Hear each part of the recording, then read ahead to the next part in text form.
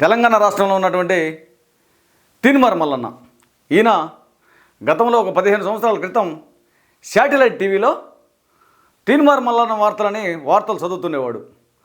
మరి కొంతకాలం అయిన తర్వాత సొంతంగా యూట్యూబ్ ఛానల్ను తయారు చేసుకొని దీనిలో ప్రభుత్వ అధికారులు చేస్తున్నటువంటి అవినీతి అక్రమాలపై, ప్రజాప్రతినిధుల అవినీతి అక్రమాలపై మరి ప్రశ్నిస్తూ ప్రజలకు తెలియజేస్తూ మరి కొద్దిగా డెవలప్ అవడం జరిగింది.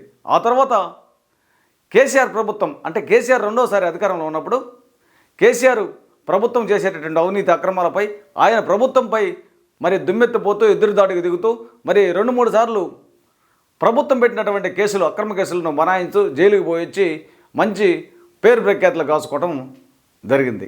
ఈ నేపథ్యంలో నిన్న జరిగినటువంటి 2024 సార్వత్రిక ఎన్నికల నేపథ్యంలో ఈయన్ను అక్కడ కాంగ్రెస్ పార్టీ అధికారంలోకి వస్తే ఈ కాంగ్రెస్ పార్టీ తరఫున ఎమ్మెల్సీగా ఆయన్ను గెలిపించుకొని ఎమ్మెల్సీ పదవిని ఇవ్వడం జరిగింది.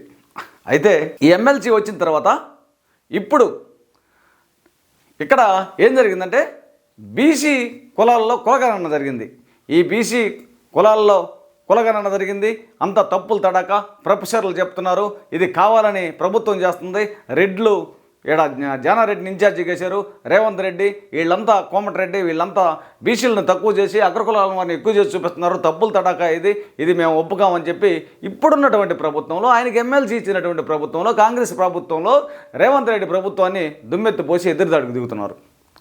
ఇతను వాదన ఏంటంటే ఈ తెలంగాణ రాష్ట్రంలో 80% 85% ఉన్నటువంటి బీసీ సామాజిక వర్గానికి చెందిన కులాలను మనం ముఖ్యమంత్రం కావాలా, మనం ఇక్కడ పరిపాలించాలా, మనం పాలితులుగా ఎందుకు ఉండాలా, ఇక్కడ 2% 3% ఉన్నటువంటి రెడ్లు కానీ ఆ తర్వాత దొరలు కానీ వీళ్ళు ముఖ్యమంత్రులు అయ్యేదేంది అనే ఈ నాన్పుడు, ఈ వాదనని బీసీ సామాజిక వర్గానికి చెందినటువంటి ప్రజల్లో వెదజల్లుతున్నాడు.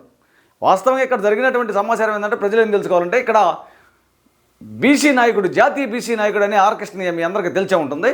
ఈయన నిన్నటిదాకా జగన్ ప్రభుత్వం తరపున రాజ్యసభ సభ్యుడిగా ఉండి కొంచెం ఆరోగ్యరీత్యా వయసు రీత్యా మెత్తబడిపోవడంతో దీన్ని క్యాష్ చేసుకున్నాడు ఈ తీన్మార్ మల్లన్న. అయితే వాస్తవంగా ఇక్కడ సమాజంలో జరగవలసినటువంటి సిచ్యువేషన్ ఏంటంటే ఎవరైనా విరోధులున్నా శత్రువులున్నా ముడ్డి కింద పేట అయితే తీయగలుగుతారు కానీ మొదటి రాతను ఎవడు మార్చలేడు, ఏం చేయలేడు. ఇది ఒక నగ్న సత్యం. వాస్తవంగా తీన్మార్ మల్లన్నని మేము కూడా అభినందిస్తున్నాం. ఎలాగంటే నువ్వు ముఖ్యమంత్రి వెళ్ళు అవు, లేదా ప్రధానమంత్రి స్థాయికి వెళ్ళు, పై స్థాయికి వెళ్ళు, ఓకే, అది నీ అదృష్టం, దాన్ని మేమేం కాదనలేము. బీసీ సామాజిక వర్గానికి మొత్తాన్ని కలుపుకుంటున్నావు.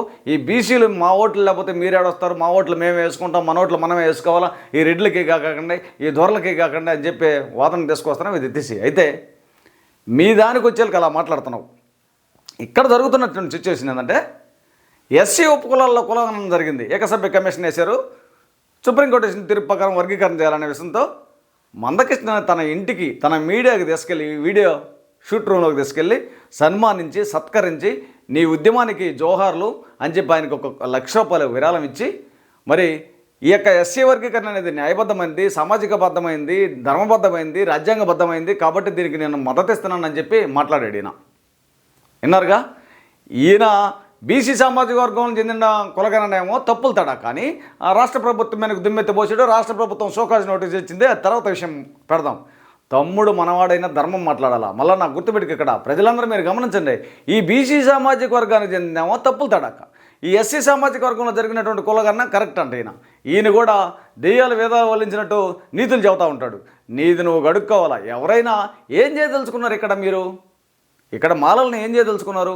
నువ్వు ఒక మాదిగ సామాజిక వర్గానికి చెందినటువంటి అమ్మాయిని నేను పెళ్లి చేసుకున్నావు ప్రేమించి, ఇంటర్ కాస్ట్ మ్యారేజ్. మందకృష్ణ కూడా అన్నాడు కదా, ఆడ మీరు వినొచ్చు, మా అల్లుడు రా స్వామి, నువ్వు మా అన్నదమ్ముడు కాదని. అంటే నువ్వు కూడా చెప్పావు నేను మాదిగ సామాజిక వర్గానికి చెందినటువంటి అమ్మాయిని ప్రేమించి పెళ్లి చేసుకోవడం జరిగిందని చెప్పి. కాబట్టి నువ్వు ఇంకా ఫ్యూచర్లో మున్ముందు మంచి మంచి పదవులు ఆరోధించాలా. అలాంటప్పుడు ఒక వర్గాన్ని పైన వేసుకొని ఒక వర్గాన్ని కించపరిచే విధంగా, అనగదొక్కే విధంగా మాట్లాడటం సబబు కాదు.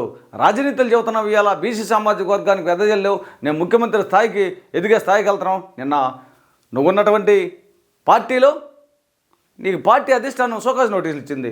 నువ్వు పార్టీలో ఎమ్మెల్సీగా ఉండి పార్టీని ఎలా విమర్శిస్తావని చెప్పి నువ్వు షోకాజ్ నోటీసులు ఇవ్వడం కూడా జరిగింది. దీని మీద నువ్వు వివరణ కూడా ఇవ్వాల్సి వస్తుంది. కాబట్టి నువ్వు ఇక్కడ మాట్లాడినటువంటి తీరు మార్చుకో. మళ్ళీ ఒకసారి ఆలోచించు, ఇక్కడ ఏం జరుగుతుంది అసలు, వాట్ ఈజ్ వాట్ అని. మేము ఎవరి సొమ్ము దొబ్బు తినలా.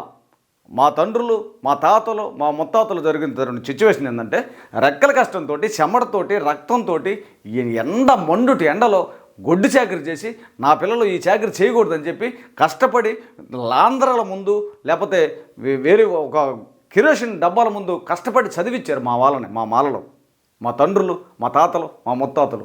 ఈ విధంగా కష్టపడి చదువుకొని కొన్ని ఉద్యోగాలు టాలెంట్ టెస్టులు కొట్టుకొని ఉద్యోగాలు సంపాదించుకున్నారు మా మాలలో. ఇది జరిగింది.